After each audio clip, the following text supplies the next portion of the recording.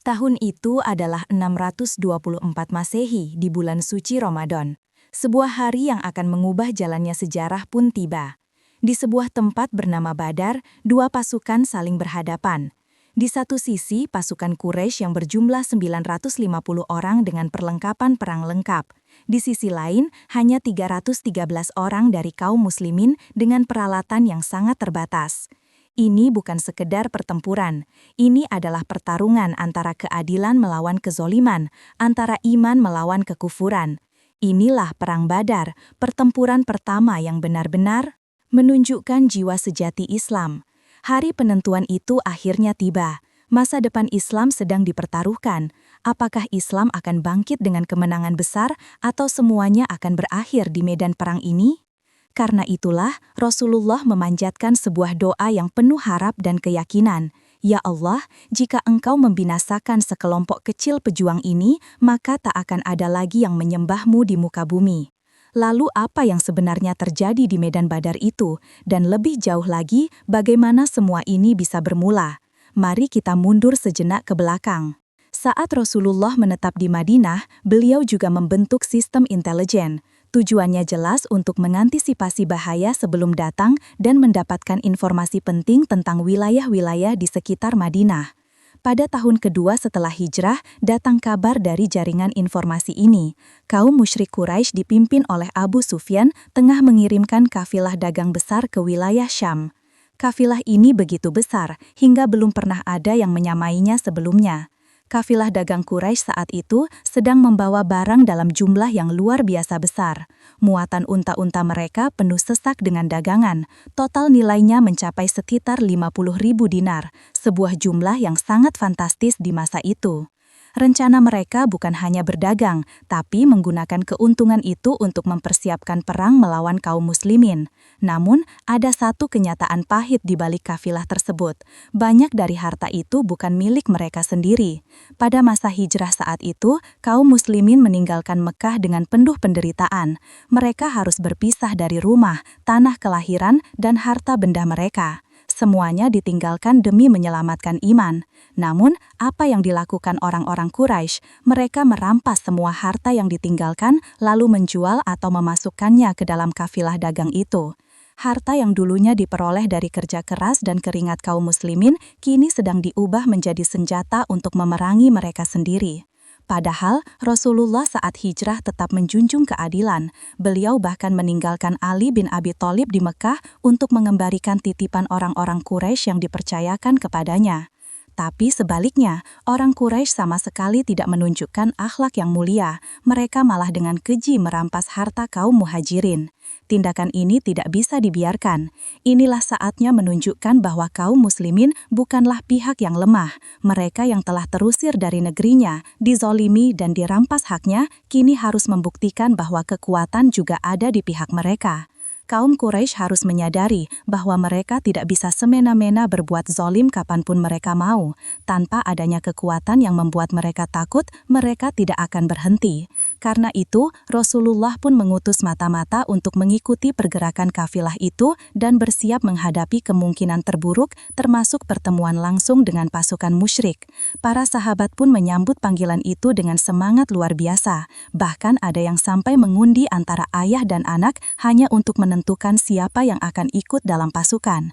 Dalam waktu singkat, terbentuklah pasukan kecil berjumlah lebih dari 300 orang. Sebagian dari mereka masih sangat muda. Namun, Rasulullah cukup selektif. Anak-anak yang terlalu muda diminta untuk kembali. Salah satunya adalah Umair bin Abi Waqqas yang saat itu baru berusia 16 tahun. Meski masih belia, hatinya sudah dipenuhi semangat jihad. Karena khawatir ditolak oleh Rasulullah, Umair berusaha bersembunyi agar tak terlihat, tapi Rasulullah tetap menemukannya dan menyuruhnya pulang. Umair memang bertubuh kecil, bahkan ia belum pernah mengikatkan pedang ke pinggangnya karena saat dicoba, pedangnya terlalu panjang dan sampai menyentuh tanah. Tapi semangat di hatinya jauh lebih besar dari tubuhnya. Melihat tekadnya yang begitu kuat, Rasulullah akhirnya luluh. Beliau pun mengizinkan Umair untuk ikut serta dalam barisan mujahidin. Ketika akhirnya izin itu diberikan, Sa'ad bin Abi Waqqas segera mengambil pedang milik adiknya Umair dan mengikatkannya ke pinggangnya. Tak lama kemudian, Umair benar-benar menorehkan garis lain di sejarah karena ia menjadi salah satu di Perang Badar. Saat semua itu terjadi di Madinah, putri tercinta Rasulullah Ruqayyah sedang sakit keras. Tapi, meski hatinya dirundung duka, Rasulullah tak mundur dari tanggung jawab besar yang sedang menantinya. Ia tetap berangkat ke medan jihad. Namun, menantunya Utsman bin Affan diminta untuk tinggal dan merawat istrinya yang sedang sakit itu. Setelah semua persiapan rampung, terbentuklah sebuah pasukan kecil yang berjumlah 313 orang. Di bawah terik matahari, mereka bergerak menuju wilayah Badar, sebuah tempat yang strategis karena memiliki sumber air yang sering dijadikan tempat persinggahan para kafilah. Jumlah kendaraan mereka sangat terbatas, hanya ada 2 ekor kuda dan sekitar 70 unta. Bahkan Rasulullah sendiri harus bergantian menaiki unta bersama Ali bin Abi Thalib dan Marsad bin Abi Mardad. Ketika giliran berjalan kaki tiba, 2 sahabatnya berkata, "Wahai Rasulullah, biarlah kami yang berjalan, engkau saja yang menaiki unta." Tapi Rasulullah menolak dengan lembut, seraya berkata, "Kalian tidak lebih kuat berjalan dibanding aku, dan aku pun butuh pahala dan ganjaran seperti kalian." Di tengah perjalanan, Rasulullah memandang pasukannya. Ada yang berjalan tanpa alas kaki, mereka akan berperang tanpa perlengkapan layak. Hati beliau pun menengadah ke langit dan memanjatkan doa penuh harap. Ya Allah, tidak punya kendaraan, engkaulah penopang mereka. Mereka tak punya pakaian, engkaulah penutup mereka. Mereka lapar, engkaulah yang akan memberi mereka makan. Pasukan ini mungkin kekurangan dalam hal dunia, tapi mereka kaya dalam hal yang jauh lebih penting, iman yang tak tergoyahkan. Mereka tak hanya membawa senjata, tapi membawa keyakinan bahwa Allah bersama mereka. Sementara itu, Abu Sufyan yang memimpin kafilah dagang Quraisy mulai merasa khawatir. Sejak awal, ia takut jika kaum muslimin menghadangnya dan kekhawatirannya itu akhirnya menjadi kenyataan. Segera ia mengirim utusan ke Mekah dan dirinya sendiri bergegas mencari jalan lain untuk menyelamatkan kafilah. Kafilah dagang dialihkan ke rute yang lebih aman menjauh dari Badar. Utusan yang dikirim Abu Sufyan pun tiba di Mekah dalam keadaan panik. Ia berteriak-teriak dari satu jalan ke jalan lain. "Wahai Quraisy, Muhammad dan para pengikutnya sedang menghadang kafilah kalian. Harta kalian akan dirampas. Cepatlah bantu Abu Sufyan sebelum semuanya terlambat." Seketika, kekhawatiran menyelimuti seluruh Mekah. Hampir setiap keluarga memiliki harta di dalam kafilah itu. Maka tanpa menunda, kaum Quraisy mulai bersiap. Terkumpullah pasukan besar, 950 orang lengkap bersenjata, 100 penunggang kuda, dan 700 onta. Sebuah kekuatan yang sangat besar kini bergerak menuju Badar dengan niat menghabisi kaum muslimin. Di barisan paling depan pasukan Quraisy berdirilah musuh bebuyutan Islam, Abu Jahal. Ia memimpin dengan penuh kesombongan dan keyakinan akan kemenangan. Sementara itu, Abu Lahab tidak ikut serta dalam perang. Dengan alasan sakit, ia memilih tetap di Mekah dan menggantikan dirinya dengan orang lain.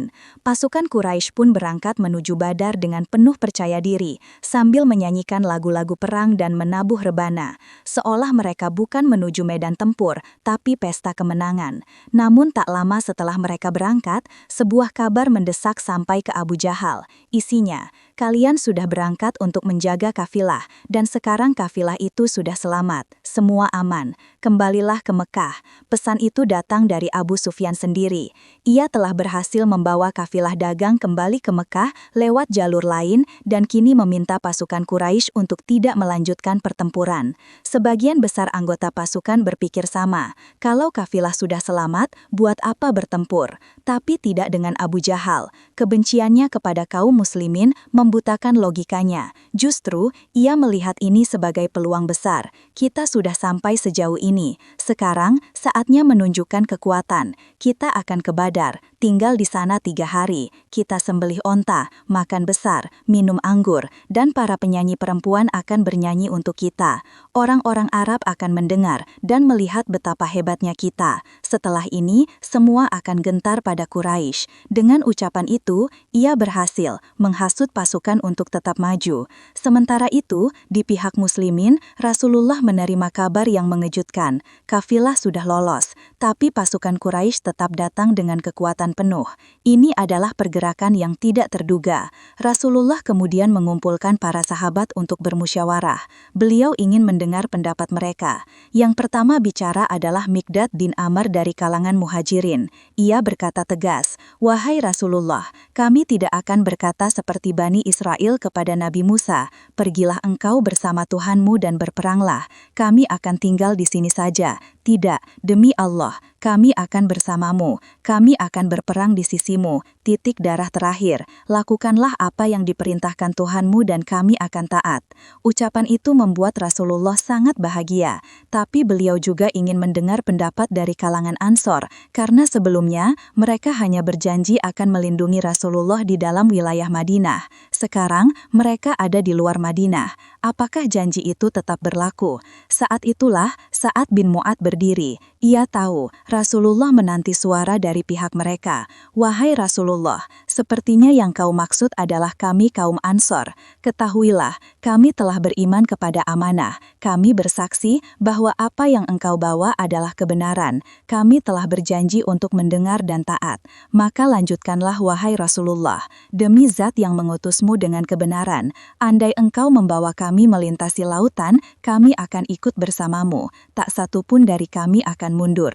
Bayangkan, seandainya kita berada di tengah pasukan itu, berjalan bersama Rasulullah menuju Badar, mampukah kita berkata seperti mereka? Mereka tak hanya berbicara, mereka membuktikan dengan pengorbanan dan keberanian yang nyata. Coba kita lihat diri kita hari ini. Perjuangan Rasulullah sebenarnya belum selesai. Dakwah beliau masih terus hidup hingga sekarang. Tapi jujur saja, sudah sejauh mana kita ikut ambil bagian dalam perjuangan ini? Bahkan untuk hal sekecil sholat pun, kadang kita masih bersembunyi di berbagai alasan. Padahal, dari kisah-kisah seperti ini, kita harusnya belajar menundukkan nafsu dan mengambil pelajaran yang nyata. Jangan cuma menonton, tapi renungkan. Kembali ke medan Badar. Setelah mendengar jawaban penuh keyakinan dari Sa'ad bin Mu'adz, wajah Rasulullah yang tadinya tampak cemas, mulai berseri. Beliau lalu berkata, "Sesungguhnya, Allah telah menjanjikan kepadaku salah satu dari dua golongan, kafilah dagang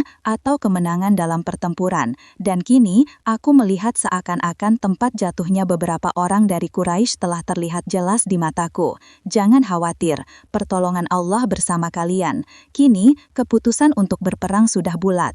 Di hadapan mereka, berdiri pasukan Quraisy yang lengkap dan jumlahnya 3 kali lipat lebih banyak. Tapi umat Islam tidak gentar, karena yang memenuhi hati mereka bukan rasa takut, tapi iman. Dan mereka tahu siapa yang menjadi penolong sejati mereka, Allah Subhanahu wa Ta'ala, pemilik segala kekuatan. Rasulullah lalu mengatur posisi pasukannya di depan sumber air di Badar. Tapi, di saat itu, datanglah Hubab bin Munzir, seorang sahabat muda yang punya kecerdasan taktis. Ia bertanya dengan sopan, "Wahai Rasulullah, apakah tempat ini dipilih karena wahyu dari Allah atau sekedar strategi perang?" Nabi menjawab, "Ini hanya taktik perang." Mendengar itu, Hubab pun menyampaikan pendapatnya. "Kalau begitu, izinkan aku menyarankan tempat lain. Mari kita bergerak ke arah sumur yang paling dekat dengan posisi musuh. Di sana, airnya lebih banyak dan lebih baik. Kita buat kolam penyimpanan untuk pasukan kita. Lalu, kita timbun semua sumur lainnya. Dengan begitu, kita bisa minum dan musuh akan kehausan." Rasulullah menerima usulan ini tanpa ragu. Lihatlah betapa rendah hatinya beliau. Meskipun seorang nabi, beliau tidak berkata, "Aku lebih tahu, aku pemimpin." Tidak, beliau menunjukkan bahwa bermusyawarah adalah bagian dari kemuliaan kepemimpinan. Lalu, dilaksanakanlah rencana Hubab. Sebuah kolam besar dibuat dan sumur-sumur lainnya ditutup. Kini, strategi air berada di tangan kaum muslimin. Selanjutnya, Nabi mulai menyusun formasi tempur. Barisan pemanah ditempatkan di belakang, pasukan tombak di depan, dan beliau memberikan instruksi, "Tetaplah di posisi kalian, jangan bertindak tanpa perintah, tahanlah panah kalian hingga musuh mendekat, gunakan tombak jika mereka sudah dekat, dan hanya gunakan pedang ketika musuh benar-benar sudah di depan mata. Semuanya sudah siap, tapi malam itu saat semua pasukan tidur untuk mengumpulkan tenaga, ada satu orang yang tetap terjaga, Rasulullah. Beliau berdiri dalam kesunyian malam, memanjatkan doa penuh harap dan kecemasan. Ya Allah, penuhi janjimu padaku. Ya Allah, jika pasukan kecil ini hancur, takkan ada lagi yang menyembahmu di bumi ini. Doa itu pun dijawab langsung oleh Allah. Sebuah janji ilahi yang kelak terekam dalam surah Al-Anfal ayat 8-9. Ingatlah, ketika kamu memohon pertolongan kepada Tuhanmu, lalu Dia mengabulkannya bagimu seraya berfirman, sesungguhnya aku akan mendatangkan bala bantuan kepadamu berupa 1000 malaikat yang datang berturut-turut. Pertolongan Allah sudah dijanjikan, tinggal sekarang apakah kita siap menjadi bagian dari para pejuang itu, bukan hanya dengan kata, tapi dengan pengorbanan nyata. Allah tidak akan membiarkan pasukan kecil ini berjuang sendirian. Mereka adalah hamba-hambanya yang berjuang di jalannya. Allah akan menguatkan mereka dengan pasukan yang tak terlihat, dengan para malaikat. Dan akhirnya, hari pertempuran itu pun tiba. Ketika pasukan Quraisy sampai di medan Badar, mereka langsung terkejut. Posisi strategis yang seharusnya mereka rebut, ternyata sudah lebih dulu dikuasai oleh kaum muslimin. Namun, karena jumlah mereka jauh lebih besar, mereka tetap merasa percaya diri. Mereka yakin ini akan jadi kemenangan yang cepat. Di satu sisi, ada 950 tentara Quraisy, di sisi lain, hanya 313 muslim yang sebagian bahkan tidak punya baju besi.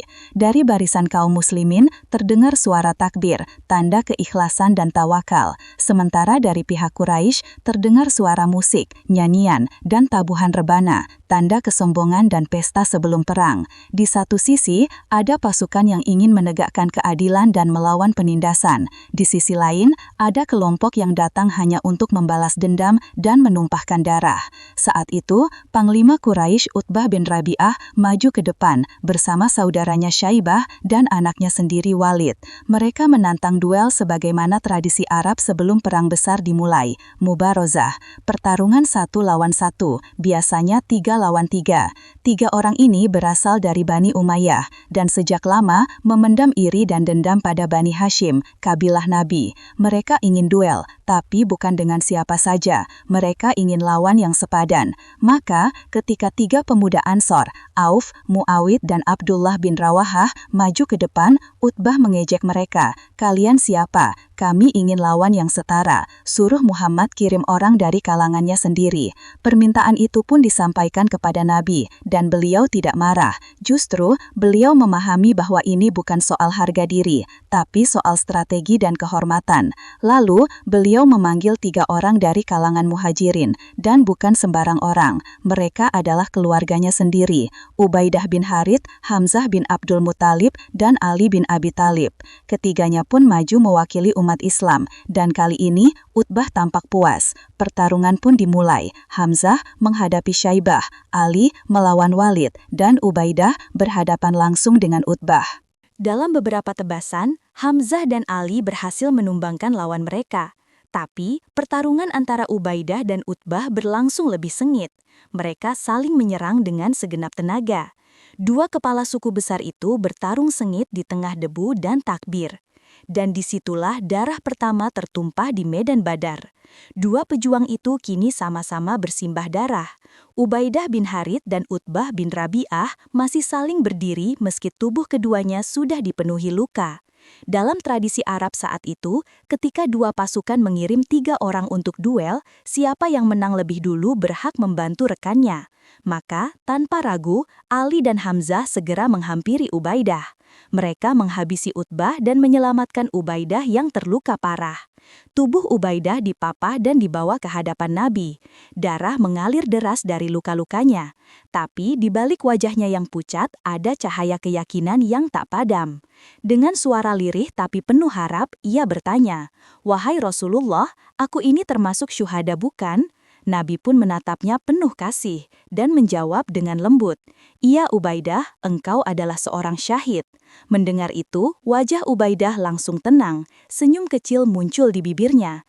Ia tahu yang ia kejar telah tercapai. Tak lama kemudian, rohnya naik menghadap Tuhannya. Ia wafat dengan wajah tersenyum, karena bagi mereka yang beriman, mati di jalan Allah bukanlah akhir, tapi pertemuan dengan kekasih sejati. Sementara itu, pasukan Quraisy mulai panik. Pemimpin mereka, Utbah, Syaibah, dan Walid semuanya tewas di hadapan mereka. Mereka yang dianggap paling kuat dan paling ditakuti, kini tergeletak tak bernyawa di medan Badar. Untuk mengembalikan semangat tentaranya, Abu Jahal berteriak lantang, "Jangan gentar." Kematian Utbah, Syaibah, dan Walid hanyalah kebodohan mereka sendiri. Mereka terburu-buru dan mati sia-sia. Hari ini kemenangan pasti milik kita. Muhammad dan pengikutnya hanya seperti makanan kecil bagi kita. Maka Abu Jahal menyusun kembali pasukan. Dan kini duel telah selesai. Saatnya perang besar dimulai. Dengan aba-aba, kedua pasukan mulai maju. Pertempuran pun pecah dengan dahsyat. Rasulullah tidak bersembunyi di balik pasukan. Beliau maju ke depan, memberi semangat langsung kepada para sahabat. Tidak sekedar memerintah, beliau ikut berjuang dengan gagah berani. Bahkan Ali bin Abi Thalib mengakui, "Hari itu yang paling berani dari kami adalah Rasulullah sendiri. Tak ada yang lebih dekat ke barisan musuh daripada beliau." Hamzah, Ali, Umar, semuanya berperang tanpa gentar.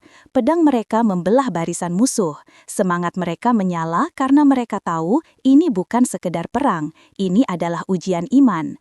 Di antara yang ikut dalam pertempuran hari itu adalah Abul Bahtari bin Hisham. Pernah ingat siapa dia?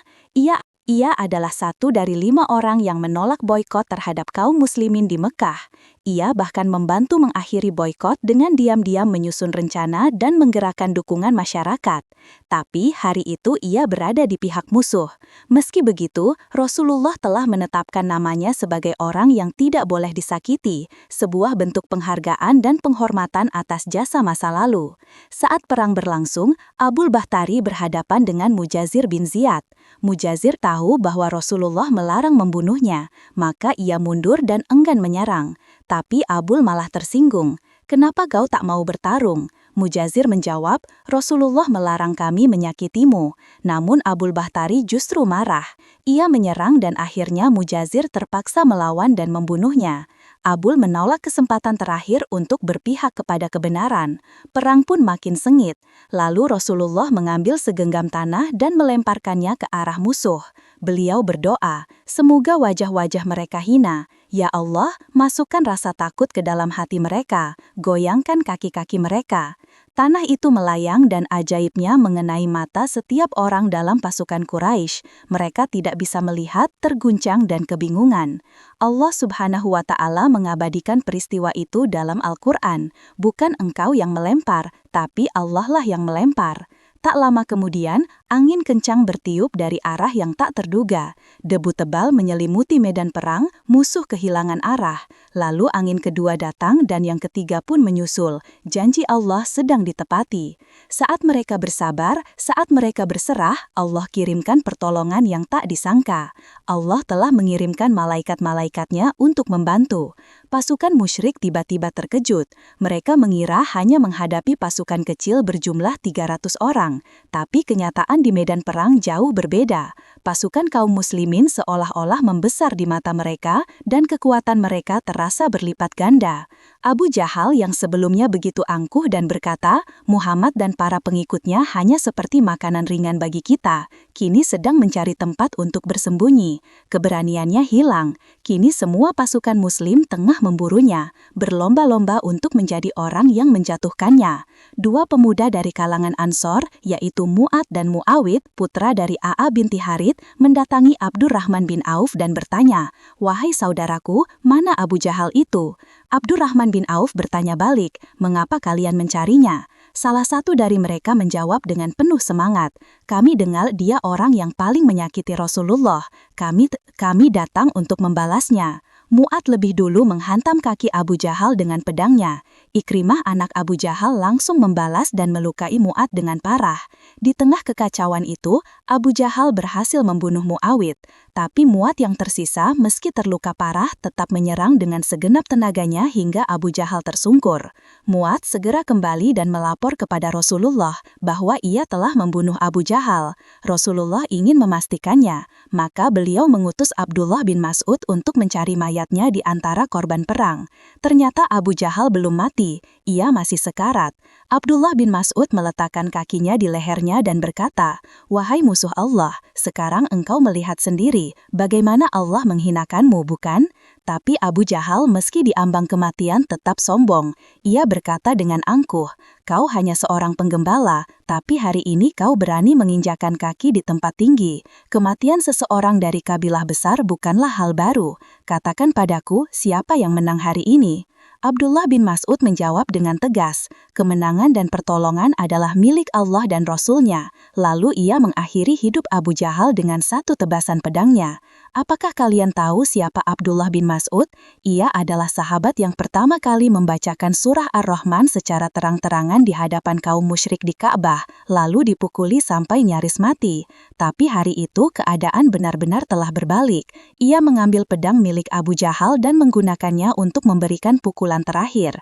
Menariknya, sebelum perang dimulai, Rasulullah telah menunjukkan lokasi di mana para pemimpin Quraisy akan terbunuh.